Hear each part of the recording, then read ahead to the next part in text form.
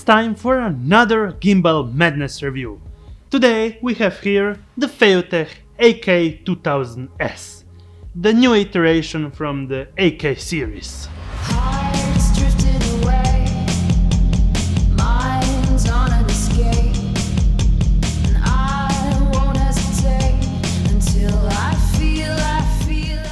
As you have checked my YouTube videos before, I made also the AK4000 series review, and the link will be in the description with also other gimbal stuff. Let's get straight to this wooden handle, mirrorless oriented gimbal with an additional handle for shooting horizontal.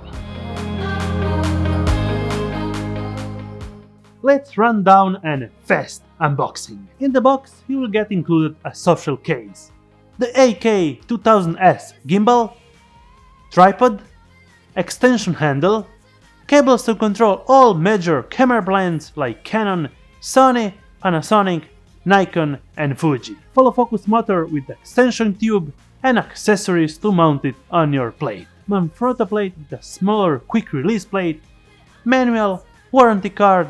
Depending on your lens size and focus displacement, you will have to adjust the follow focus rod to match your lens focus ring. The follow focus works by connecting the USB-C cable to the UR port on the bottom horizontal plate. Depending on which camera you use, you will have to connect your camera in two ways, through dedicated cables or through the Feiyutech app, and then every time you turn on the gimbal, your camera connection will happen instantaneously. Just turn on the smartphone control on your smartphone.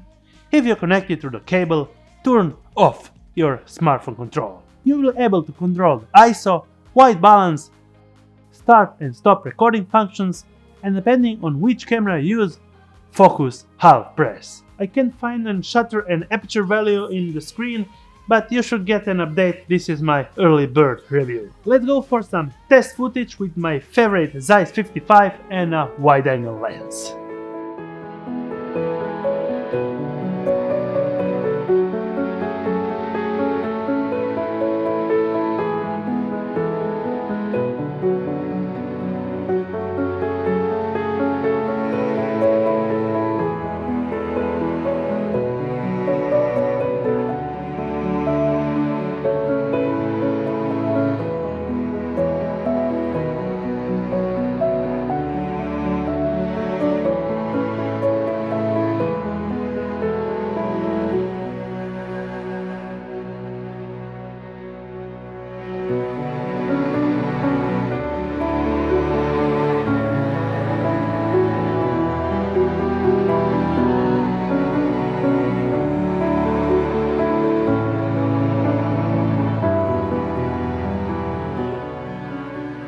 From test I didn't find any weird jitters or weird motions, and the footage looks really smooth even when filmed with the Zeiss 55.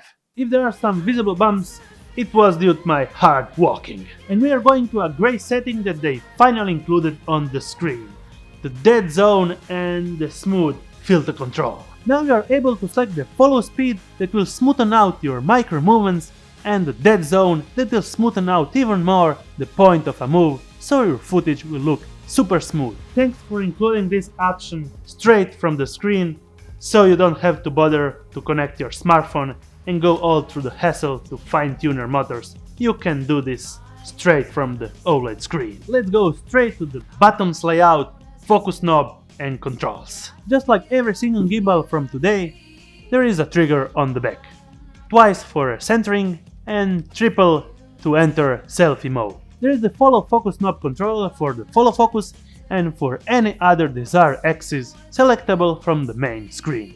There is also the standard joystick control, shooting mode switch, start stop recording, button to switch between photo and video depending on which camera you use. On the right you will find the power on and off buttons. If you press it 2 times it will enter sleep mode. Under it you will find the USB-C charging port.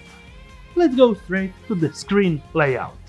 On the main screen there are simple options to select between all follow mode, pan mode, lock mode and pan tilt mode.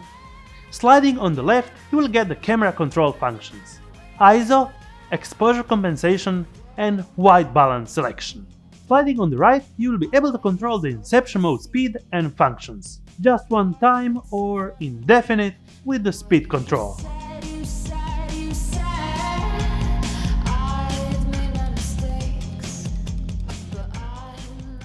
Motion time-lapse with time settings, root settings for the motion time-lapse for creative time-lapse moves. Under it you will find the selfie button and the focus settings. You can actually connect two motors, so one for the zoom and one for the focus, and select which one to control. You will be also able to select which axis to control with the wheel: tilt, pan, and roll axis. The last menu settings will allow you to fine-tune your gimbal just like mentioned before. Payload settings with auto-tuning option called auto adaptation. The shooting mode, default, smooth mode, and action mode. In the end you are able to customize fully your follow mode and dense mode that I think it's the most important thing on every gimbal. The added handle will allow you to get some easier low angle shots without any problems, and actually it has a 1/4 screw mount on top so you can mount additional stuff. When using the handle you will get in the way of the OLED screen, so make note of that. But it's not kind of a problem because when you are shooting horizontally you will be actually able to see the screen. As I have a lot of experience for this kind of gimbals, let's run down for some extensive conclusions. The gimbal has a payload capacity of around 2.2 kilos, and even if I feel that the motors can handle a lot more, there will be not left any more space to handle a displaced weight because you will hit the roll motor on the back. So take note that this is mostly designed for the mirrorless cameras like the Sony A7 III, Nikon Z6 or Canon R series with some middleweight lenses. The gimbal is stated to have a 14-hour battery life, but it will always depend on what you mount on it and how well the gimbal is balanced. The 3-axis motor lock is a standard today and it's included on the AK2000 series. When I used the past the AK series, they were able to actually disassemble the upper part motors and the down handle. Today this is an all-in-one pack and you can't disassemble the upper and the lower part. And it actually gets on the point that it's actually kind of the same size of the Moza Aircross 2. The wooden handle inserts will add to the more premium feel of the full metal body build, and I kind of feel that it's actually really well built. If you don't use a handle, you'll be actually able to mount some accessories like an external screen from the left or right. They're a standard 1/4 screw mount. This is now a real competitor that can stand aside the Ronin SC, Wireless, and even the Moza Aircross 2 and actually exceed your expectations. It's not the lightest gimbal, and with the built-in battery it's around 1.3 kilos. The charging time on a quick charge is around 1.5 hours, and you can charge the gimbal even while filming. There is no battery swap option, so take note to get a portable power bank if you want to extend your shooting experience. So let's go to a shorter conclusion now. I will go for the AK2000S if your camera payload is under 2.2 kilo, and this is actually a great choice. It's newly designed and it has all the new quirks included. It will support all the major camera brands and the cable and also wireless controls. And I would like to end also with a small comparison between the AK2000S, the Wireless and the Moza Aircross 2. The Wireless will give you a smaller footprint but will not be able to charge while filming.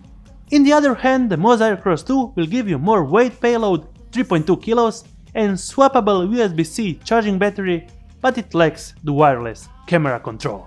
So this gimbal actually stays in kind of in the middle of these two.